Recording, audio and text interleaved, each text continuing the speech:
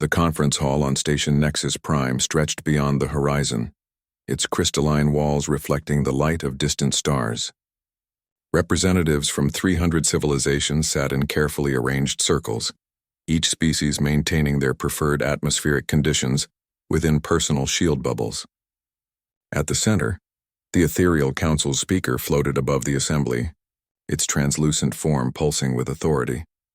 Ambassador Sarah Chen adjusted her formal diplomatic uniform and checked her translation device one final time. As Earth's primary representative, she carried the weight of humanity's future in the galaxy. The humans had been part of the Galactic Accord for only 50 years, still considered newcomers among civilizations that had existed for millennia. The motion before us today, the ethereal's voice resonated through quantum harmonics that made Sarah's teeth ache, concerns the complete prohibition of kinetic weapons, plasma artillery, and molecular disruptors throughout Accord space. These primitive tools of destruction have no place in our civilized galaxy. Sarah's jaw tightened.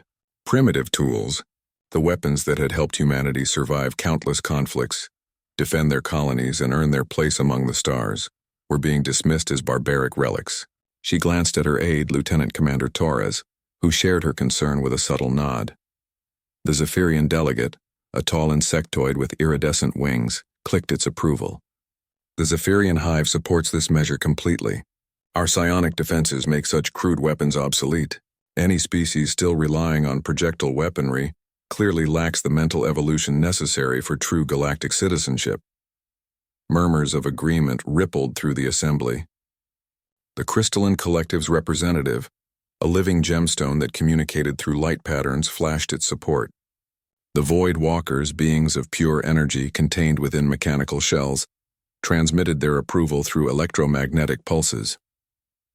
Sarah stood, her movement causing a brief hush in the vast chamber.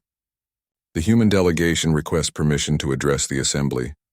Granted, the ethereal replied, though its tone suggested mild irritation at the interruption. Honored representatives, Sarah began, her voice carrying clearly through the translation matrix. While humanity appreciates the Accord's commitment to peace, we must express serious concerns about this blanket prohibition. Our defensive capabilities rely heavily on kinetic and plasma-based systems. To abandon them entirely would leave our colonies vulnerable to external threats beyond Accord space. The Trilaxian ambassador, a slug-like creature with psychic abilities, oozed disdain.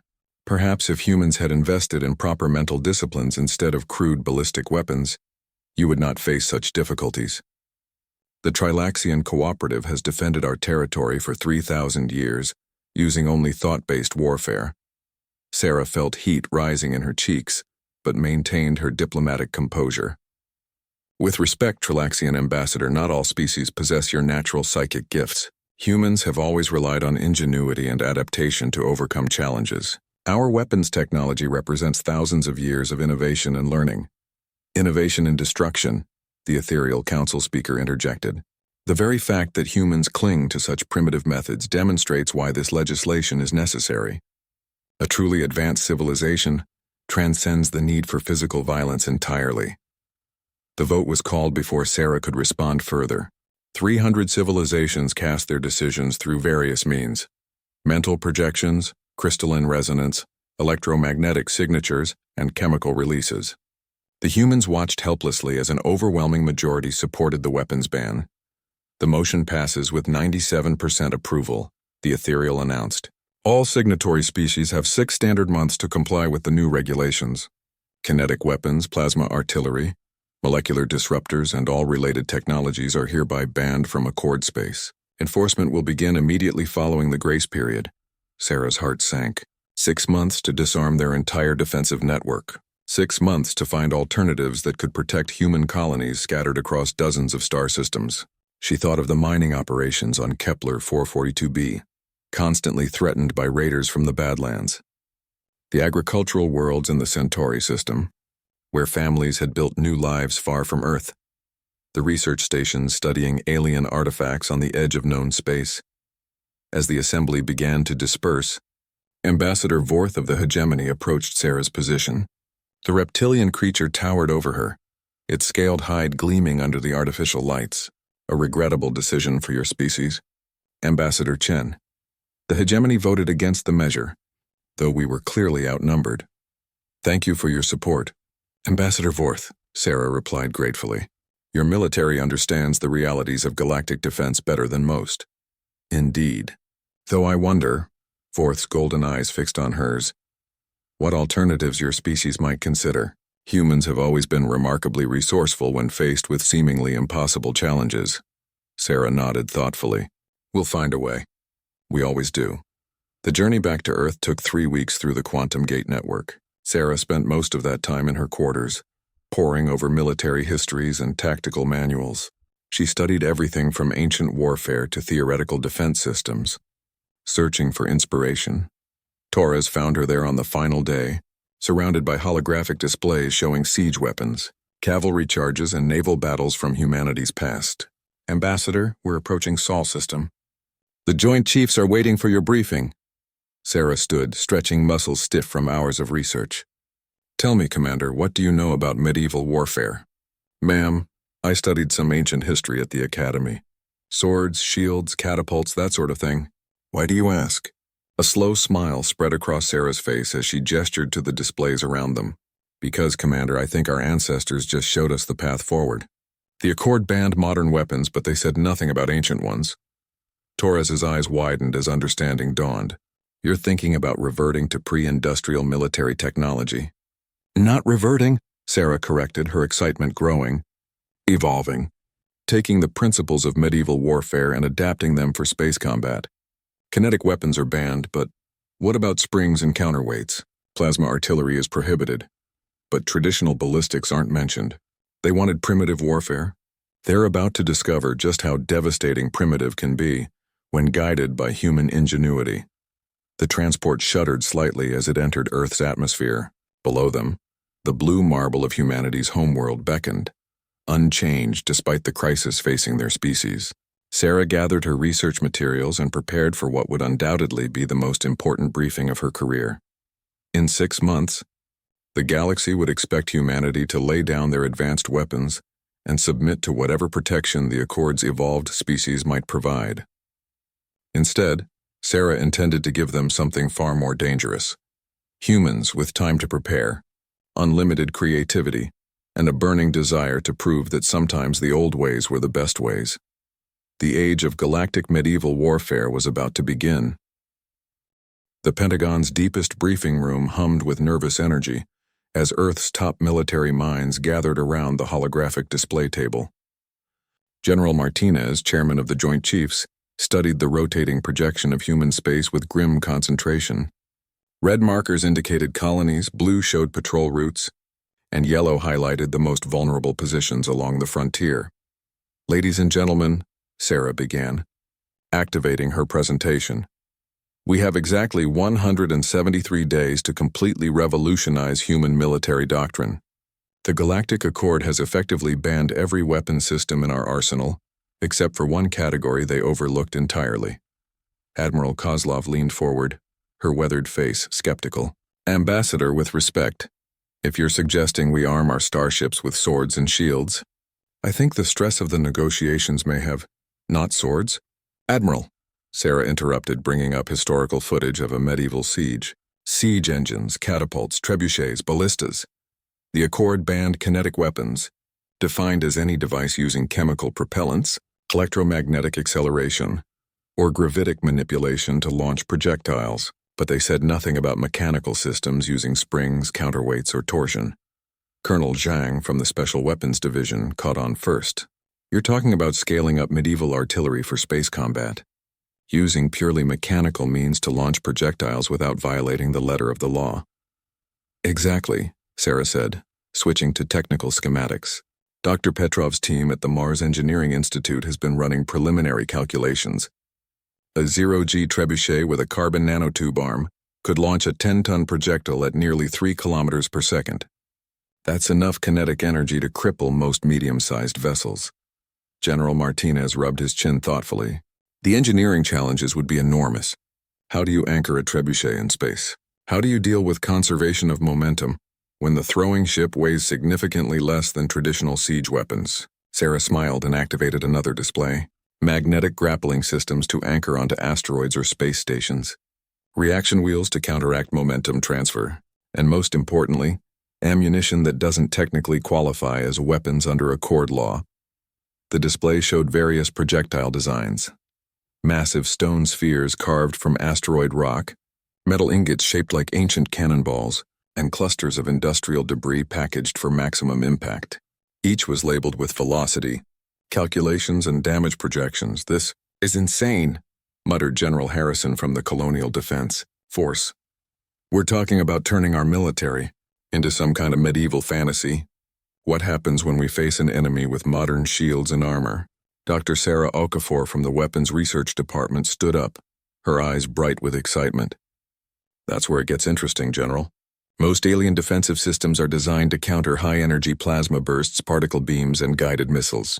They're not optimized for large, slow-moving chunks of rock and metal. A 5-ton granite boulder moving at 2 kilometers per second might punch right through shields designed to deflect energy.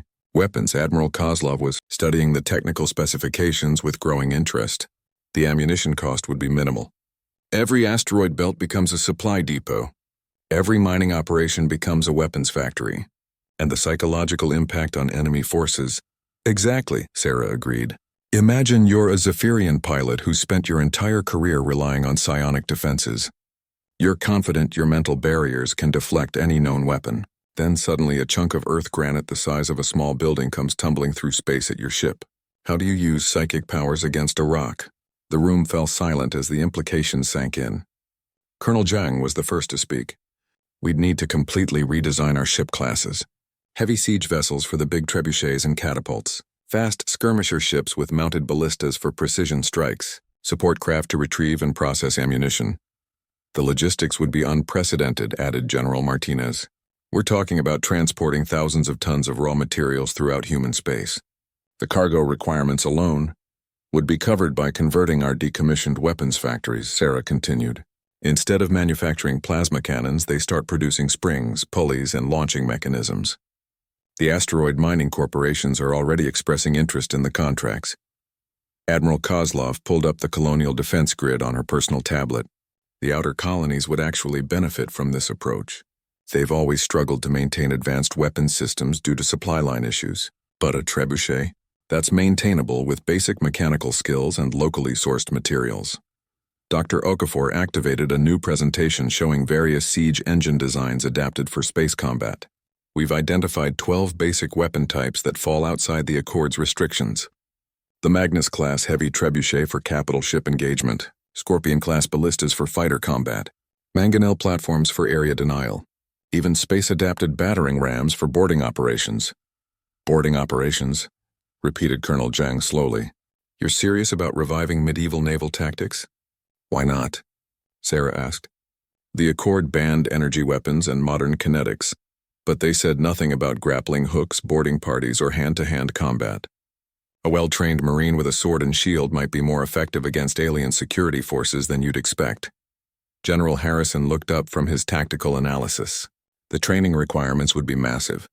Our personnel would need to learn completely new fighting techniques. Everything from operating mechanical siege weapons to ancient combat formations. Already in progress, Sarah replied. The European Historical Combat Federation has been contracted to train our instructors. Renaissance engineers are designing the weapons. Medieval scholars are developing tactical manuals adapted for space warfare. We're rebuilding human military doctrine from the ground up using principles that are 3,000 years old. Admiral Kozlov stood and walked to the star map, studying the positions of human colonies and patrol routes. The timeline is still incredibly tight. 173 days to design, build, test, and deploy an entire arsenal of siege weapons across dozens of star systems. That's why we're implementing a modular approach, Dr. Okafor explained. Each ship class gets standardized mounting points for different weapon types. A cargo hauler can be converted to a siege platform in hours by installing the appropriate mechanical systems. Every vessel becomes potentially military capable without technically carrying banned weapons. And if the Accord objects to our interpretation of their law? Asked General Martinez. Sarah's expression hardened. Then we remind them that humans didn't survive this long by backing down from a fight. They wanted primitive warfare. They're about to discover that humans wrote the book on primitive warfare, and we've had thousands of years to perfect it. The briefing continued for hours as military planners began working out the countless details required to transform humanity's defensive strategy. Supply chains needed restructuring. Training programs required development. Ship designs demanded complete overhaul. But underneath the logistical challenges lay a growing sense of excitement. For the first time since the Accord's vote, human military leaders weren't talking about surrender or compromise. They were talking about victory using methods their enemies couldn't possibly anticipate. The galaxy had forced humanity to abandon modern weapons, but they'd forgotten one crucial fact about human nature. When cornered, humans didn't just adapt, they innovated in ways that turned disadvantages into devastating advantages. The medieval space age was about to begin, and humanity intended to remind the galaxy why their ancestors had once conquered an entire planet, using nothing but ingenuity, determination, and really big sticks. Captain Elena Vasquez gripped the command chair of the U.S. Ironclad as the massive siege vessel completed its shakedown cruise through the asteroid fields of Vesta. 6 months had passed since the Accord's weapons ban took effect, and humanity's response was finally ready for its first real test. The bridge around her hummed with activity as crew members operated controls that would have seemed ancient to their predecessors. Trebuchet teams report ready. Captain, announced Lieutenant Fisher from the weapons console, where once plasma cannon controls had dominated the panel. Now mechanical readouts showed spring tension, counterweight positions, and ammunition loading status. We have 20 granite spheres loaded and 30 more in the ready magazine. Ballista crews standing by, added Ensign Park. Scorpion-class units are loaded with tungsten bolts. Effective range approximately 50,000 kilometers against moving targets. Elena nodded with satisfaction. The ironclad represented everything humanity had learned about siege warfare in space. The ship's hull bristled with mechanical weapons that looked primitive, but packed devastating punch. Magnetic anchoring points allowed the vessel to brace against asteroids for maximum throwing power. Reaction control systems compensated for momentum transfer, and every projectile was carefully crafted to exploit weaknesses in alien defensive systems. Captain, we're receiving a priority transmission from Kepler Station, reported Communications Officer Torres. Raiders are approaching the mining complex. 3 vessels of unknown configuration, probably pirates from the Badlands. This was it. The first real combat test of humanity's medieval doctrine. Elena felt her pulse quicken as tactical displays showed the approaching threat. 3 sleek vessels moving in formation, their energy signatures indicating standard plasma weaponry and particle shields. Set course for Kepler Station maximum burn, Elena ordered. Signal the mining complex to begin evacuation procedures, and send word to Admiral Chen. Tell her the ironclad is about to make history. The journey to Kepler took 4 hours at maximum acceleration. During the trip, Elena reviewed everything humanity had learned about their new warfare doctrine. Siege weapons worked best when enemies were forced to approach predictable positions. Traditional space combat relied on maneuverability and energy weapons, but siege warfare favored patience, positioning, and overwhelming mechanical force. As they approached the Kepler system, the tactical situation became clear. The 3 pirate vessels had taken positions around the mining station, probably demanding tribute or threatening to destroy the facility. They showed standard energy signatures, plasma cannons, particle shields, and gravitic propulsion. Exactly the kind of advanced technology the Galactic Accord preferred. Captain, the lead pirate vessel is hailing us, Torres reported. They're demanding we withdraw or face destruction. Put them through, Elena replied. Settling back in her command chair with a slight smile, the main screen flickered to life, showing a reptilian alien with scarred features and ornate decorations that suggested high rank among pirate crews. Unknown human vessel, you will depart this system immediately. This mining station is under our protection now. Any interference will result in your destruction. This is Captain Vasquez of the United Earthship Ironclad, Elena replied calmly. You are operating illegally in Accord space and threatening human civilians. Withdraw immediately or face the consequences. The alien's face twisted in what might have been amusement. Human vessel, our scanners show you carry no energy weapons. No plasma cannons, no particle beams, no molecular disruptors. You are defenseless against modern warships.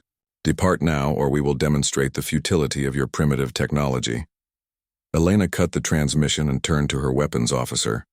Lieutenant Fisher, are we in effective trebuchet range? Fisher checked his calculations against the tactical display. Affirmative, Captain. Target is holding position near the mining station. Range 70,000 kilometers. Well within optimal parameters for the Magnus-class system.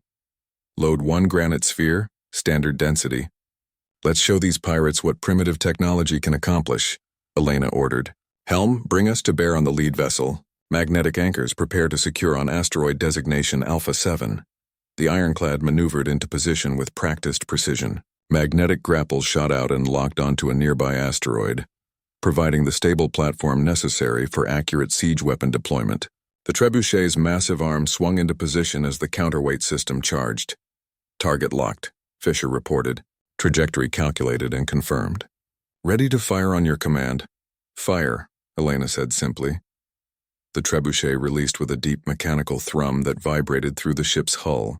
A 2-ton granite sphere launched into space at nearly 3 kilometers per second, following a precise ballistic trajectory toward the lead pirate vessel.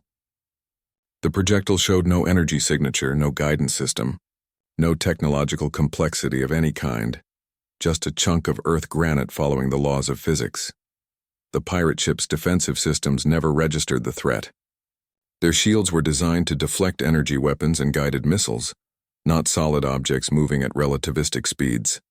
By the time their sensors detected the incoming projectile, it was too late to maneuver. The granite sphere struck the pirate vessel amidships with the force of a small asteroid impact. The ship's hull crumpled like paper as the projectile punched completely through the vessel and continued into space. Atmosphere vented explosively as the crippled ship began a slow tumble, its power systems failing. Direct hit, Fisher announced with barely contained excitement. Enemy vessel is dead in space. Massive hull breach, power failures across all systems. Elena felt a surge of satisfaction as the remaining pirate ships began frantic evasive maneuvers. Their confidence had evaporated the moment they realized human, primitive weapons could destroy modern warships with a single shot. Ballista teams, engage the remaining targets, she ordered. Scorpion-class precision fire. Disable their engines but try to leave them intact for interrogation. The ironclad's smaller siege weapons opened fire in sequence. Tungsten bolts launched from spring-powered ballistas streaked across space with deadly accuracy. Each projectile was guided only by careful aim and ballistic calculation, making them nearly impossible for energy-based defensive systems to intercept.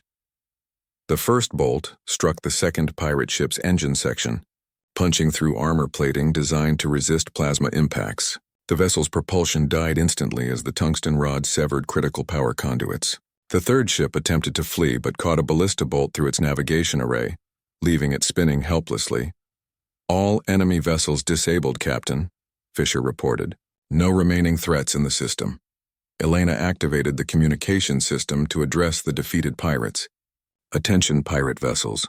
Your ships are disabled and your leader is dead. You have 2 choices. Surrender for processing by Accord authorities, or attempt to resist and join your commander in whatever afterlife your species believes in. The response came quickly from the remaining functional vessel. We surrender. Please don't launch any more rocks at us. As boarding parties prepared to secure the captured pirates, Elena reflected on what had just occurred. 3 modern warships with advanced weapons and shields had been defeated by mechanical siege engines that would have been recognizable to medieval engineers. The galaxy had forced humanity to abandon modern weapons, but they'd forgotten that humans had been killing each other efficiently for thousands of years before energy weapons were invented. Communications. Send a full battle report to Fleet Command, Elena ordered. Tell them the ironclad doctrine is confirmed effective against standard pirate vessels. And Lieutenant Fisher? Yes, Captain. Start working on our next ammunition load. Something tells me word of this engagement is going to spread quickly through the Badlands. We're going to need a lot more rocks. The mining station sent grateful thanks as the rescued civilians returned to their duties. But Elena knew this was just the beginning. Across human space, other siege vessels were being tested and deployed. The galaxy had wanted primitive warfare, and humanity was about to give them a masterclass in just how devastating primitive could be when guided by superior strategy and uncompromising determination. The age of rocks and sticks had returned to the stars, and humanity intended to prove they were still the most dangerous species in the galaxy when it came to finding creative ways to break things. The emergency session of the Galactic Accord convened in chaos. Representatives from across known space transmitted angry protests, confused reports, and demands for explanation.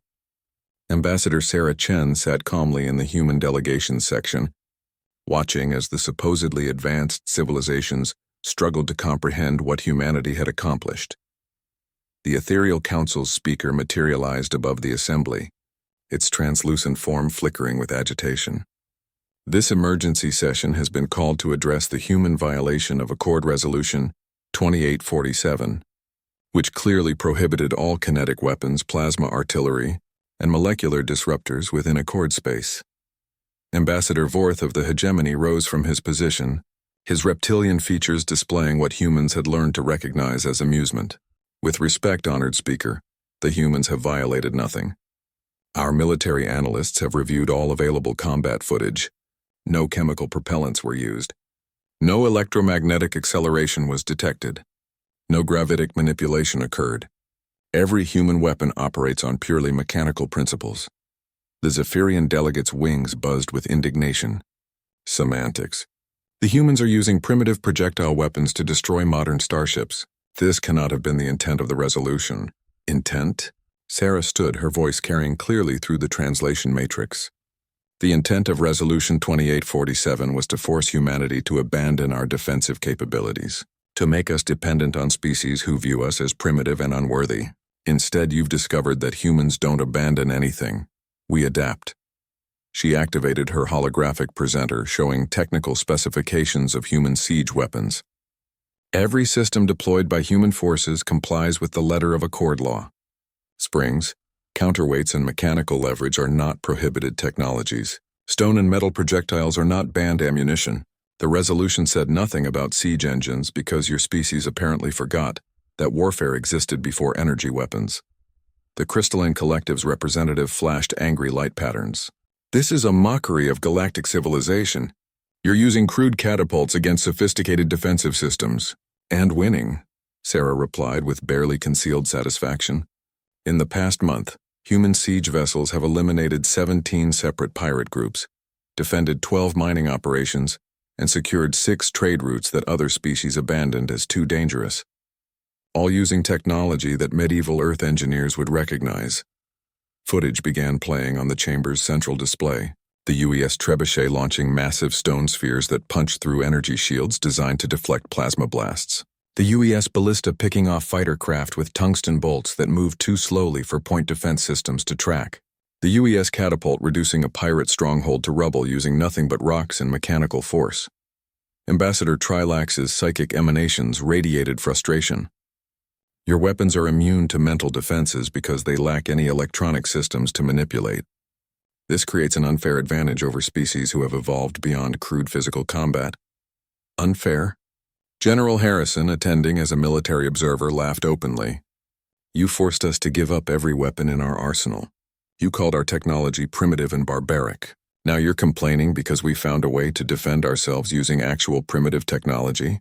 The Voidwalker's representative transmitted electromagnetic protests. Human tactics violate the spirit of galactic warfare. Space combat should involve sophisticated energy exchanges and technological superiority, not hurling rocks like pre-civilized savages. Sarah's temper finally flared. Pre-civilized savages? Is that what you think of humanity? Then let me educate you about savage warfare.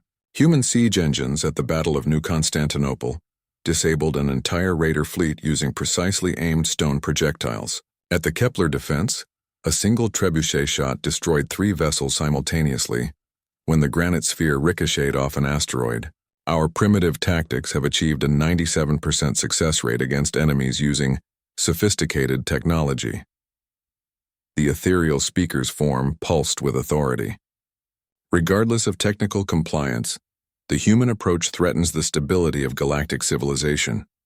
Military conflicts should be resolved through advanced technology and diplomatic negotiation, not medieval barbarism. Medieval barbarism that's keeping your trade routes open, Admiral Chen interjected via quantum link from Earth. Funny how none of you complained when human siege vessels drove pirates away from the Vegan shipping lanes. or when we cleared the asteroid raiders from the Centauri mining belt. Medieval barbarism seems quite useful when it's protecting your economic interests. Ambassador Vorth stood again, his massive frame commanding attention. The hegemony has observed human tactics extensively. Their siege weapons exploit fundamental weaknesses in modern defensive systems. Energy shields, psychic barriers, and gravitic deflectors are all designed to counter high-energy, guided attacks. They are less effective against large, unguided projectiles. Exactly our point, the Zephyrian delegate buzzed angrily. Human weapons represent a technological regression that undermines centuries of military evolution. They're dragging galactic warfare backward into primitive chaos. Sarah smiled coldly. You mean they're dragging galactic warfare into areas where human experience gives us advantages? We've been throwing rocks at our enemies since before we discovered fire. We've been building siege engines since we learned to work metal. Every human child knows that the best way to break something sophisticated is to hit it with something simple and heavy. Dr. Okafor's technical briefing began playing on auxiliary displays, showing detailed analysis of alien defensive vulnerabilities. Most species had optimized their defenses against energy weapons, leaving them exposed to kinetic attacks that didn't register as threats until impact. Psychic species struggled to affect inanimate objects. Energy-based civilizations had no experience with purely mechanical systems. The humans have identified exploitable weaknesses in our defensive paradigms, admitted Ambassador Keth of the Neural Collective, its brain case pulsing with reluctant admiration. Their approach is disturbingly effective. The emergency session continued for hours as delegates argued about interpretations, implications, and potential responses. Some species demanded new restrictions specifically targeting human siege weapons. Others suggested that perhaps the original resolution had been too narrow in scope. A few admitted privately that human tactics were proving surprisingly effective against common threats. Through it all, Sarah maintained her diplomatic composure while internally celebrating humanity's success. The galaxy had tried to disarm humans by banning modern weapons, never imagining that humans would respond by becoming even more dangerous using ancient ones. Every species that had voted for the weapons ban was now discovering the consequences of underestimating human adaptability. The human delegation has a proposal, Sarah announced as the debate began winding down. Since our siege weapons operate within accord law and have proven effective at maintaining galactic security, we offer to share our technology with any species interested in learning. For a reasonable licensing fee, of course. The chamber erupted in shocked protests and angry transmissions. The idea that advanced alien civilizations might need to learn medieval warfare from humans was apparently too much for galactic pride to accept. Sarah sat back down with satisfaction. The offer was genuine. Humanity would gladly teach siege warfare to anyone willing to admit they needed the lessons. But she knew the psychological impact of the proposal would spread throughout Accord space. Every species would now understand that humans had turned their forced disarmament into a strategic advantage. The galaxy had wanted primitive warfare, and humanity had given them exactly what they asked for. Now they were discovering that sometimes primitive was far more dangerous than sophisticated, especially when wielded by a species that had spent millennia perfecting the art of breaking things with rocks, springs, and pure mechanical force. The age of galactic siege warfare had begun, and humanity held all the patents. Commander Marcus Thompson crouched behind the makeshift barricade aboard the captured Zephyrian research station, his medieval armor clanking softly as he adjusted his position. The boarding action had been perfect. The UES Hammer's battering ram had punched through the station's docking bay like it was made of paper, and human marines had poured through wielding swords, shields, and crossbows. Contact left, Sergeant Rodriguez called out, raising her tower shield as energy blasts splashed harmlessly against the reinforced metal. Behind the shield's protection, Corporal Kim loaded another bolt into his crossbow and took careful aim at the Zephyrian security forces. The irony wasn't lost on Marcus. 6 months ago, this boarding party would have carried plasma rifles, energy shields, and powered armor. Now they fought with weapons that would have been familiar to knights from Earth's medieval period. The Galactic Accord had banned modern weapons, but they'd said nothing about swords, shields, and good old-fashioned steel. Advance by squads, Marcus ordered into his comm unit. Remember your training. These energy weapons can't penetrate properly forged steel if you keep your shields up. Let their shots exhaust their power cells. then close for melee combat. Squad Alpha moved forward in perfect formation, their shields locked together in a wall of metal that deflected the alien energy weapons. The Zephyrian defenders buzzed frantically as their plasma bolts failed to penetrate the human defenses. Their weapons were designed to overwhelm energy shields and light armor, not thick steel plates forged in the old way. The research station's layout worked in humanity's favor. Narrow corridors prevented the defenders from bringing their superior numbers to bear, while the humans' medieval formations were specifically designed for fighting in confined spaces. Each squad moved like a single organism, shields protecting crossbow shooters who picked off targets with mechanical precision. "Sir, we've reached the primary laboratory," reported Lieutenant Park through the comm. "Heavy resistance, but their energy weapons are useless against our shield wall. Request permission to deploy the special package." Marcus smiled grimly. The special package was another gift from humanity's medieval past. Greek fire updated with modern chemistry but deployed through ancient methods. "Permission granted. Show them what happens when you bring energy weapons to a sword fight." The assault on the laboratory proceeded with methodical efficiency. Human Marines advanced behind their shields while crossbow bolts eliminated enemy positions. When the defenders tried to retreat to prepared positions, clay pots filled with incendiary compounds flew through the air, igniting everything they touched with flames that couldn't be extinguished by energy dampeners. "Resistance is collapsing," Park reported.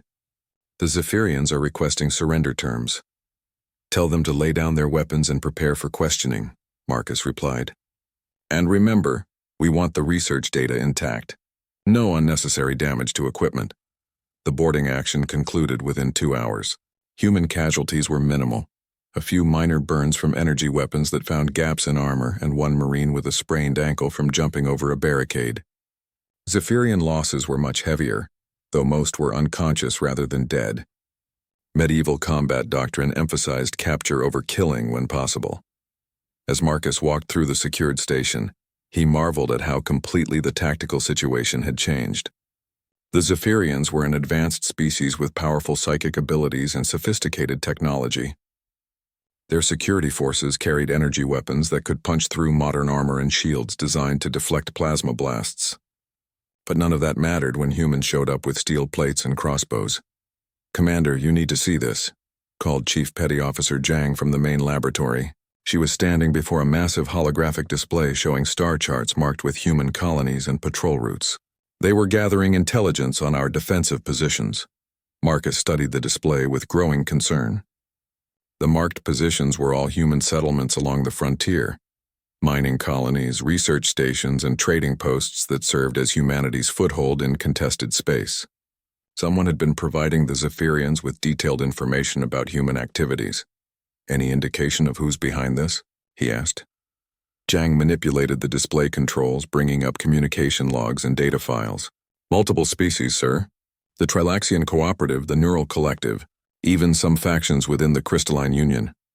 Looks like they're coordinating intelligence-gathering efforts against human space." The implications were staggering. While humanity had been celebrating their success with siege warfare, other species had been quietly organizing to gather information about human defenses and tactics. The medieval warfare doctrine that had proven so effective might not remain a surprise advantage much longer. "Download everything," Marcus ordered. "Full data capture. Command needs to know about this immediately." As the Marines completed their mission, Marcus reflected on how rapidly the galactic situation was evolving.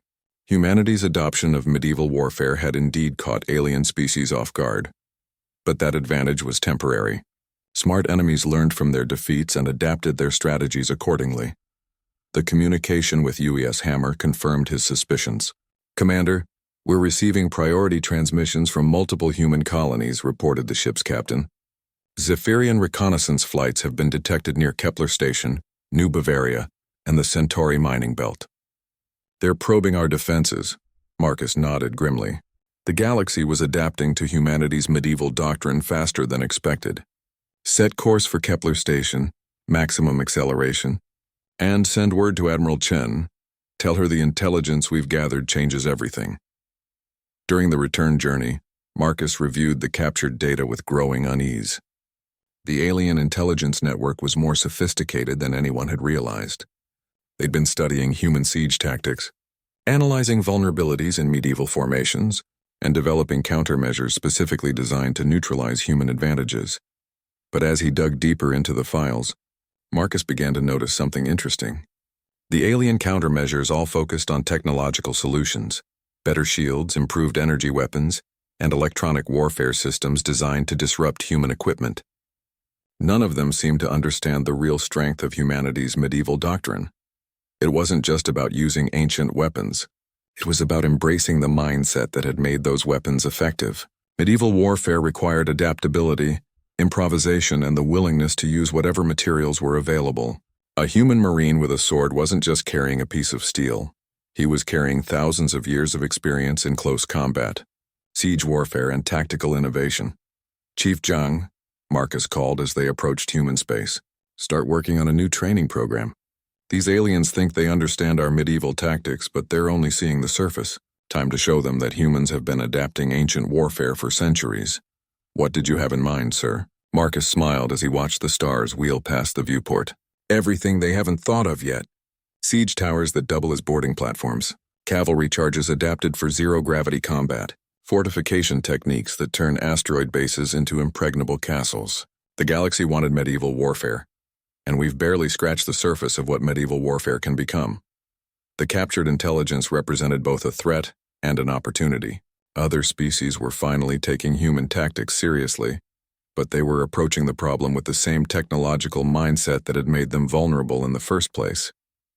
They were trying to build better energy weapons to defeat steel armor, when humans were already working on adapting plate mail for different atmospheric conditions. As the UES Hammer docked at Kepler Station, Marcus prepared his report for Admiral Chen. The galaxy's intelligence networks were mobilizing against humanity, but they still didn't understand what they were really fighting. Humans hadn't just adopted medieval weapons, they'd embraced the medieval warrior's most dangerous characteristic: the ability to turn any disadvantage into a tactical opportunity. The arms race between ancient and modern warfare was just beginning, and humanity had thousands of years of head start in understanding how to make old things work in new ways. Admiral Chen stood before the holographic battle display in the war room beneath Luna Base, watching in real time as the largest alien fleet in recorded history advanced toward human space. 200 vessels from 8 different species, all armed with the latest countermeasures designed specifically to neutralize humanity's medieval warfare doctrine. Intelligence estimates they've been preparing for this for 6 months, reported Colonel Zhang, highlighting different ship classes on the tactical display. Enhanced energy shields optimized against kinetic impacts, point defense systems calibrated to intercept low-velocity projectiles, even specialized armor designed to resist mechanical penetration. Admiral Chen nodded grimly. The galaxy had finally organized a coordinated response to humanity's siege warfare tactics. Every species that had been humiliated by human success had contributed ships, technology, and expertise to this massive fleet. They intended to prove once and for all that advanced technology could overcome primitive weapons. What about our defensive preparations? Chen asked. Complete, ma'am, replied General Martinez, activating a new section of the display. Every human colony, mining station, and trading post has been fortified according to medieval siege defense principles. Overlapping fields of fire, multiple defensive rings, and underground supply tunnels. The asteroid belt installations have been converted into proper fortresses. The transformation of human space had been remarkable. Instead of relying on energy shields and automated defense systems, human engineers had built massive stone walls around their facilities. Mining stations now resembled medieval castles, complete with battlements, murder holes, and strategically positioned siege engines. Asteroid bases had been carved into impregnable fortresses with multiple layers of physical barriers. The aliens think they understand our tactics, Chen said, studying the approaching fleet. They've prepared for trebuchets, ballistas, and armored marines, but they're still thinking like technologists. They've upgraded their defenses without changing their fundamental approach to warfare. Dr. Okafor entered the war room, carrying a data pad filled with the latest technical specifications. Admiral, the new weapon systems are ready for deployment. The Zephyrians shared their intelligence with everyone, but they didn't realize we were already 3 steps ahead. Chen smiled as the scientist activated her presentation. the screen filled with designs that would have amazed medieval engineers while terrifying modern tacticians. Siege towers that could be assembled in space and moved between asteroids, portable fortifications that transformed cargo ships into mobile castles, and most impressively, adaptive weapon systems that used mechanical principles in ways the enemy couldn't possibly anticipate. The key insight came from studying ancient Earth sieges, Dr. Okafor explained. Medieval commanders didn't just use the same weapons repeatedly. They constantly innovated based on local conditions and enemy adaptations. The Romans perfected siege towers, but the Byzantines developed Greek fire. The Mongols mastered mounted archery, but the English created the longbow. Human warfare has always been about evolution. The tactical display showed the new weapons in action. Siege towers equipped with mechanical elevators that could scale the sides of space stations. Catapults that launched not just stones but also nets designed to entangle enemy fighters. Ballistas modified to fire grappling hooks that could drag ships into range of boarding parties. Most importantly, Dr. Okafor continued, we've developed countermeasures for their countermeasures. They've reinforced their shields against kinetic impacts, so we've created fragmenting ammunition that spreads debris fields. They've improved their point defense systems, so we're using chaff made from actual chaff. Organic materials that their sensors can't distinguish from background noise. General Martinez pulled up defensive positions around the outer colonies. Our fortress strategy is designed to force them into siege warfare on our terms. Instead of mobile fleet actions where their technology gives them advantages, they'll have to attack prepared positions defended by troops who've been training for this exact scenario. And if they try to bypass our fortifications? Chen asked. Then they discover that medieval warfare includes more than just castles and catapults, Martinez replied with satisfaction. We've deployed raiding parties throughout the asteroid belt. Small, fast ships equipped with mechanical weapons and trained in hit-and-run tactics. Every supply convoy, every communications relay, every isolated vessel becomes a potential target. The alien fleet was now entering the outer edge of human space, their formation maintaining perfect order as they advanced toward the heavily fortified mining colonies of the Kepler system. Long-range sensors showed their confidence. They believed their technological superiority would overwhelm humanity's primitive defenses within days. Ma'am, we're receiving a transmission from the alien fleet commander, reported the communications officer. They're demanding unconditional surrender of all human forces and immediate compliance with new Galactic Accord regulations. Put them through, Chen ordered, settling into her command chair with the bearing of a medieval queen preparing for siege. The main screen flickered to life, showing a composite image representing the multi-species alliance. The Ethereal Council's speaker dominated the center, flanked by representatives from each participating civilization. Admiral Chen, your species has disrupted galactic peace with primitive warfare tactics that violate the spirit of civilized combat. Surrender now, and humanity will be granted the protection of properly advanced species. Chen's response was calm, but carried undertones of steel that would have been familiar to any medieval commander. Unknown vessels, you are trespassing in human space with hostile intent. Withdraw immediately or face the consequences of your actions. The Zephyrian representative's wings buzzed with amusement. Admiral, our fleet carries 200 of the most advanced warships in the galaxy. We have analyzed your siege tactics and developed comprehensive countermeasures. Your primitive weapons cannot prevail against our technological superiority. You've analyzed our revealed tactics, Chen corrected. You've seen our trebuchets, ballistas, and battering rams. You've studied our shield walls and boarding techniques. But you've made the same mistake that every enemy of humanity has made throughout history. Which is? Asked the Trilaxian representative, its psychic emanations radiating curiosity. Chen smiled with the confidence of a species that had conquered an entire planet, using nothing but ingenuity and determination. You've assumed that what you've seen is all we have. You've prepared to fight the last war instead of the next one, and you've forgotten the most important lesson of medieval warfare. Enlighten us, the ethereal speaker demanded. The best siege weapon, Chen replied, is the one your enemy doesn't see coming. She cut the transmission and turned to her staff. Signal all commands. Operation Castle Gate is authorized. Show them what humans learned during 1,000 years of siege warfare. Across human space, fortress commanders activated weapon systems that had been carefully concealed from alien intelligence gathering.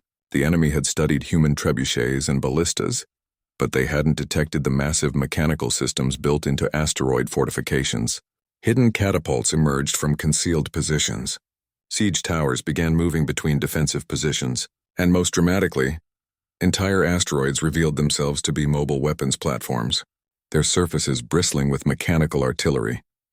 The alien fleet's confidence evaporated as they realized the true scope of human preparation. Every defensive position was more heavily fortified than their intelligence had indicated. Every tactical assumption they'd made was proving incorrect. They'd come prepared to fight medieval siege engines, only to discover that humans had spent the past year building medieval siege engines the size of space stations. All units, you are authorized to demonstrate the full capabilities of medieval space warfare, Chen announced to her commanders. Remind the galaxy why humans are the most dangerous species they've ever encountered when we're fighting for our homes. The battle for human space was about to begin, and the galaxy was about to learn that underestimating human adaptability was always a fatal mistake. The asteroid fortress designated Castle Kepler shuddered as the alien fleet's opening bombardment struck its outer defenses. Admiral Chen watched from the command center deep within the converted mining station as energy weapons splashed harmlessly against layers of stone and steel that had been specifically designed to absorb and disperse such attacks. First, wave incoming, reported the tactical officer. 50 vessels advancing in standard attack formation. They're maintaining distance to avoid our known siege weapon ranges. Chen smiled grimly. The enemy had done their homework, staying just beyond the effective range of traditional trebuchets and ballistas. But they hadn't accounted for the fact that humans had been improving siege warfare for the past year, while the galaxy prepared their countermeasures. Activate the Warwolf system, Chen ordered. Hidden launch bays opened across the asteroid fortress, revealing mechanical marvels that dwarfed anything from Earth's medieval period. The Warwolf was humanity's answer to the range limitation problem, a trebuchet the size of a city block that could launch projectiles across interplanetary distances. Its counterweight system used the fortress's own rotation for power, while magnetic guidance systems ensured accuracy, despite the vast ranges involved. The massive weapon released with a deep harmonic vibration that resonated through the entire asteroid. A projectile the size of a small building launched into space, followed by another, then another. Each shot carried not just kinetic energy but also surprise. The alien fleet's sensors had detected no energy buildup, no electromagnetic signatures that would indicate weapon charging. Direct hit on the Zephyrian command vessel, announced the weapons officer. Their shields were optimized for energy absorption, not kinetic impact. The projectile punched straight through and disabled their main propulsion. The alien fleet's formation wavered as commanders realized their intelligence had been catastrophically inadequate. The human fortress wasn't just defended by medieval siege engines. It was a medieval siege engine, with the entire asteroid converted into a weapons platform. Second formation advancing from the port side, the tactical officer reported. Trilaxian vessels attempting to close for psychic assault. Release the bees, Chen ordered with satisfaction. From concealed launch bays came humanity's newest innovation in siege warfare, swarms of mechanical projectiles that looked primitive but moved with deadly purpose. Each bee was a simple spring-powered device carrying a tungsten stinger, launched in clouds of thousands from catapult systems throughout the fortress. The Trilaxians' psychic abilities were useless against inanimate objects that had no electronic systems to manipulate. The swarm engulfed the Trilaxian formation, like an angry hive protecting its nest. Individual projectiles bounced harmlessly off ship hulls, but their purpose wasn't to cause damage. It was to overwhelm defensive systems and create chaos. As point defense weapons exhausted their ammunition shooting at tiny mechanical targets, larger siege engines found clear shots at the disoriented vessels. Enemy formation breaking up, reported the communications officer. We're receiving surrender requests from multiple vessels, but Chen's attention was focused on the main display, where the largest concentration of alien ships was massing for a coordinated assault. The Ethereal Council's flagship led a formation of heavy cruisers, their shields reinforced and their weapons charged for maximum power. They intended to demonstrate that superior technology could still overcome primitive tactics through sheer force. Ma'am, they're targeting the main fortress walls with concentrated fire, warned the defensive coordinator. Energy output indicates they're trying to melt through our stone barriers. Let them try, Chen replied calmly. Activate the moat.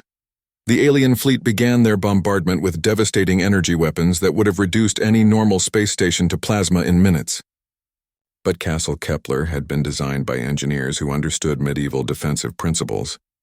The stone walls weren't just barriers, they were heat sinks, distribution networks, and structural supports for hidden defensive systems. As energy weapons carved into the fortress's outer layers, they triggered ancient defensive mechanisms updated for space warfare. The moat was a cloud of metallic chaff, reflective particles, and mechanical debris that erupted from the asteroid's surface. Energy weapons that tried to penetrate the cloud found their beams scattered and reflected, while the particles created an impenetrable barrier that absorbed and distributed thermal energy. Their bombardment is actually strengthening our defenses, reported Dr. Okafor from her engineering station. The heat they're generating is being captured by thermal conversion systems and used to power our mechanical weapons. They're literally energizing our trebuchets with their own plasma cannons. The irony was perfect. The alien fleet's advanced energy weapons were powering the mechanical systems that would destroy them. Medieval defensive doctrine had always emphasized using an attacker's strength against them, and human engineers had applied that principle to space warfare with devastating effectiveness. All fortress weapons, coordinated fire, Chen commanded. Show them what happens when you attack a properly prepared castle. Castle Kepler revealed its true nature as every hidden weapon system activated simultaneously. Trebuchets launched massive projectiles while ballistas provided precision fire. Catapults filled space with clouds of metal fragments while mechanical crossbows picked off fighter craft. Most impressively, the fortress itself began to move, massive engines hidden within the asteroids. Core allowed the entire weapon platform to maneuver like a heavily armed mountain. The alien fleet's technological superiority meant nothing against defenses that absorbed their energy, scattered their targeting, and responded with mechanical weapons that couldn't be jammed or hacked. One by one, their vessels fell to projectiles that followed simple ballistic trajectories, but carried the accumulated wisdom of human siege warfare. Admiral, we're receiving a general surrender signal from the alien fleet, reported the communications officer. All remaining vessels are requesting terms. Chen stood and walked to the observation deck, looking out at the debris field that had once been the galaxy's most advanced military formation. Disabled alien ships drifted helplessly, while human rescue vessels moved to collect survivors. The demonstration had been complete. Medieval warfare adapted for space had proven superior to advanced technology when properly implemented. Open a channel to all alien vessels, Chen ordered, and broadcast on all Galactic Accord frequencies. The transmission reached across known space, carrying Chen's image to every species that had participated in the attempted invasion. Representatives of the Galactic Accord today, you have learned what humanity has always known, that sophistication is not the same as effectiveness. You forced us to abandon modern weapons thinking that would make us helpless. Instead, you gave us the opportunity to demonstrate that humans can turn any disadvantage into a tactical advantage. She gestured to the fortress around her. Its walls scarred by energy weapons, but its defenses stronger than ever. This is what humans do when cornered. We don't just adapt. We innovate in ways our enemies cannot anticipate. You wanted primitive warfare, and we have given you a masterclass in why primitive warfare conquered the galaxy before energy weapons were ever invented. The response from Accord Space came within hours. Emergency sessions, panicked deliberations, and urgent requests for negotiation. Species that had viewed humans as barely civilized were now requesting instruction in siege warfare techniques. The very civilizations that had mocked human primitiveness were offering technological exchanges for access to medieval defensive principles. Ambassador Sarah. Chen's follow-up transmission to the Accord Assembly was brief but definitive. Humanity offers a simple proposition to the galaxy. Rescind the weapons ban that forced this conflict, recognize human sovereignty over our defensive doctrine, and we will share our siege warfare techniques with any species that requests them. Continue to treat humans as primitive subordinates, and you will discover that we have barely begun to explore the tactical possibilities of medieval space warfare. The vote was unanimous. The Galactic Accord's weapons ban was officially rescinded, human military doctrine was recognized as legitimate, and a new era of galactic relations began. But perhaps most importantly, every species in known space now understood that humanity's greatest weapon wasn't their siege engines or their mechanical ingenuity. It was their absolute refusal to accept defeat, no matter what disadvantages they faced. The galaxy had tried to disarm humanity, and instead had created the most dangerous military force in known space. Humans with unlimited time to prepare, complete creative freedom, and a burning desire to prove that sometimes the old ways were not just the best ways. They were the only ways that mattered when survival was at stake. The age of galactic siege warfare was now permanently established, and humanity held the title of undisputed masters of turning rocks, sticks, and pure determination into instruments of absolute victory.